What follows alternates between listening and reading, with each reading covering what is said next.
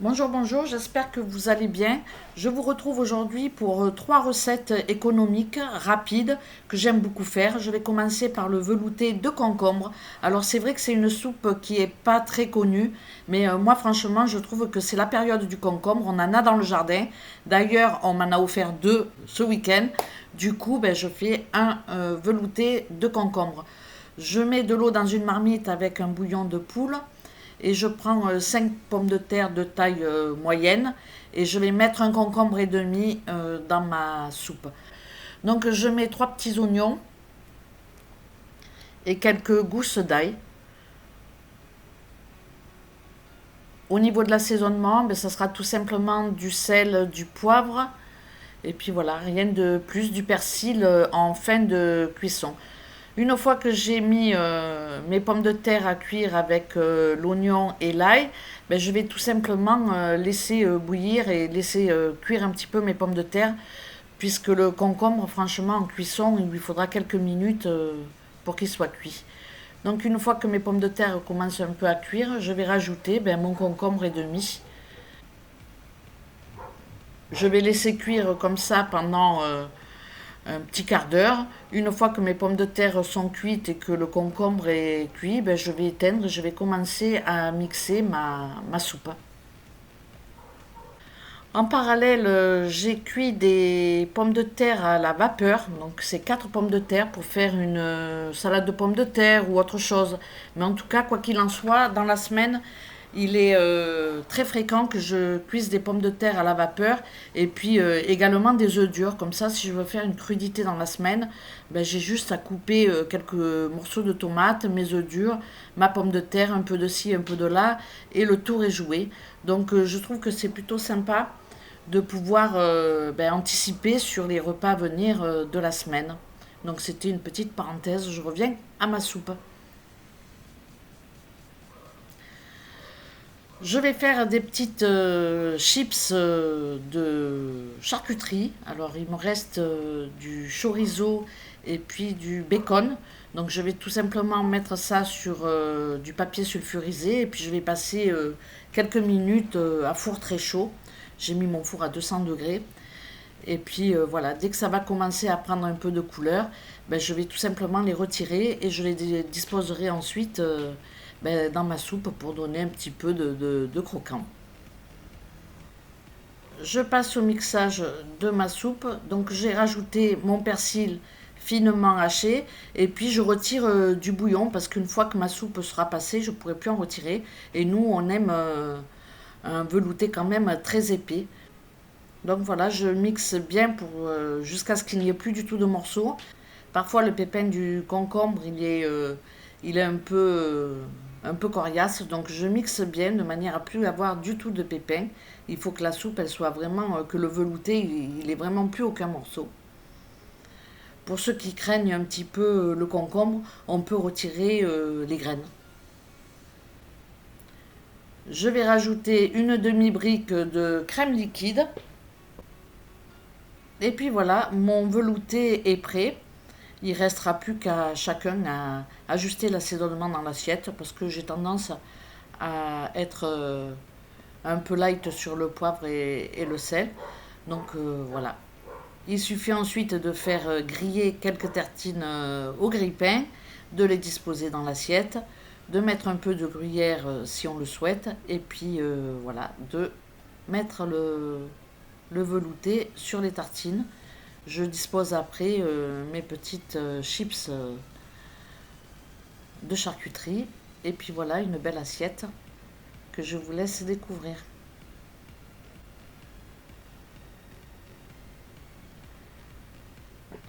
Pour la prochaine recette, c'est tout simplement des pommes de terre. J'ai cuit des pommes de terre à la vapeur en début de semaine. Donc je prends deux pommes de terre à peu près de taille identique. Je vais retirer la peau. Voilà comment je procède pour faire des stries dans ma pomme de terre, de manière en fait à ce qu'elle ne se casse pas, ou du moins le moins possible, pour que je puisse glisser après mes morceaux de bacon ou mes morceaux de chorizo. Donc la prochaine fois, je mettrai juste du chorizo et puis je ferai fondre un petit peu de fromage avec de l'ail sur le dessus. Et je pense que c'était pas nécessaire de rajouter du bacon, d'entourer la pomme de terre de bacon. Voilà. Mais après, c'était très bon. Alors là, c'est des petites choses simples faites en 10 minutes puisque les pommes de terre sont cuites. J'ai juste vraiment à dresser mon plat et à enfourner à 180 degrés pendant 20 minutes, le temps que la pomme de terre se réchauffe et que le fromage à l'intérieur fonde. Et puis voilà, on passe à table. J'ai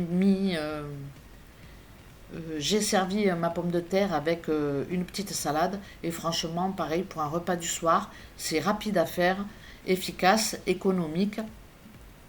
Et c'est plutôt pas mal. Donc comme vous le voyez, je fais des demi-rondelles en fait pour pouvoir les glisser dans ma pomme de terre.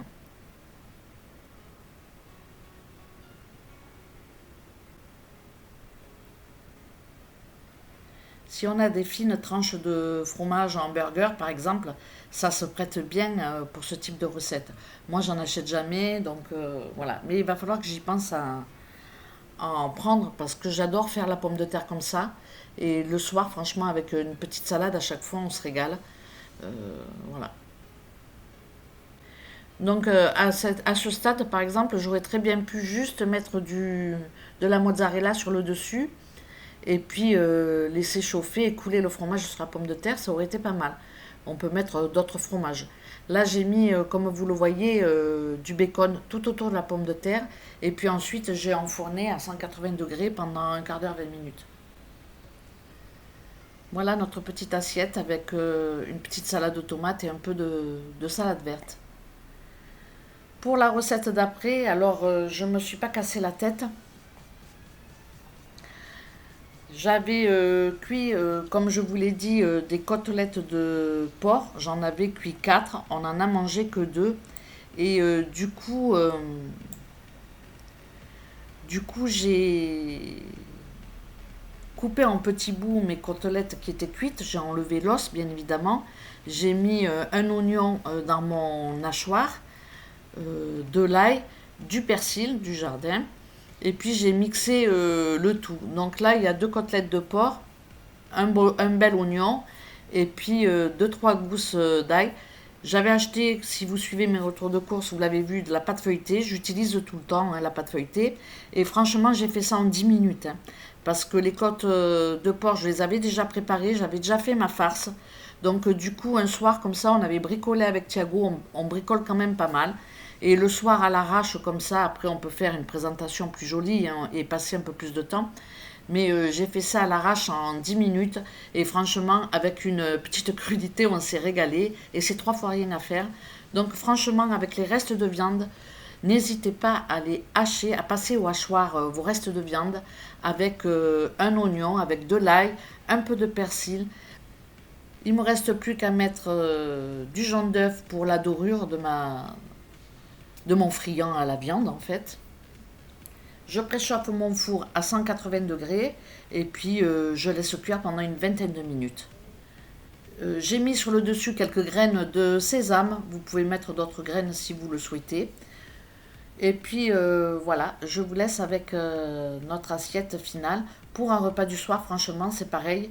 C'est vraiment génial. Avec une petite crudité, c'est quand même bien agréable. Voilà. Donc on a mangé ça le soir et le lendemain midi, on a pris en entrée, à peine tiède, réchauffé au four quelques minutes.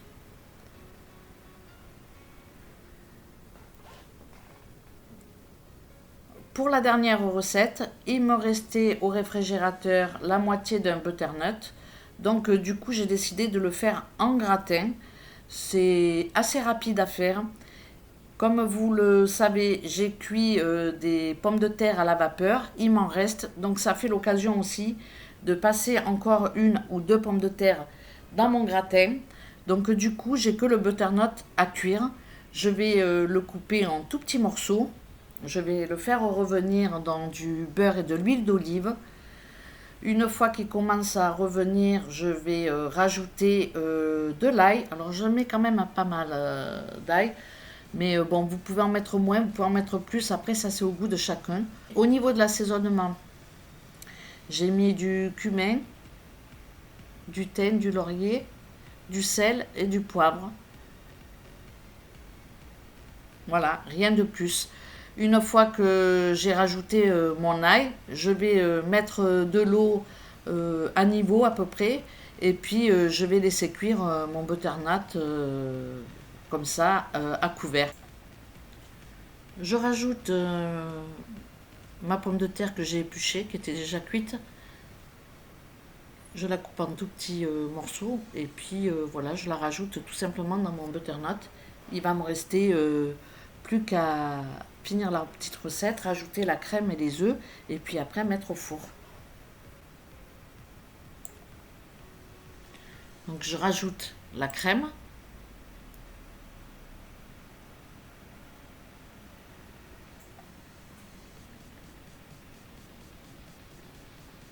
Donc je rajoute 3 œufs.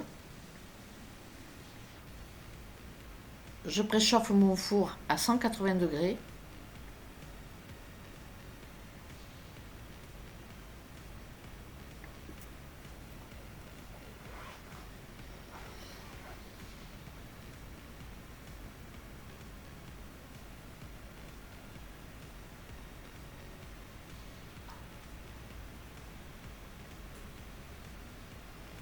Comme mon mélange est épais, je vais rajouter un peu de lait.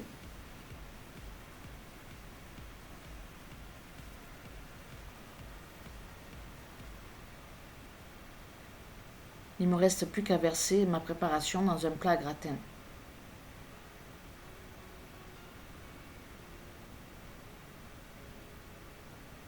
Donc voilà, je mets tout ça dans mon plat à gratin. Alors ici, c'est mes boîtes de conservation Luminarc. Vous savez que je les adore. Je fais un gratin là pour deux. En général, il nous en reste pour le lendemain, au moins une part. Et puis des fois, je congèle ce qui reste ou alors je le remange le soir. Voilà.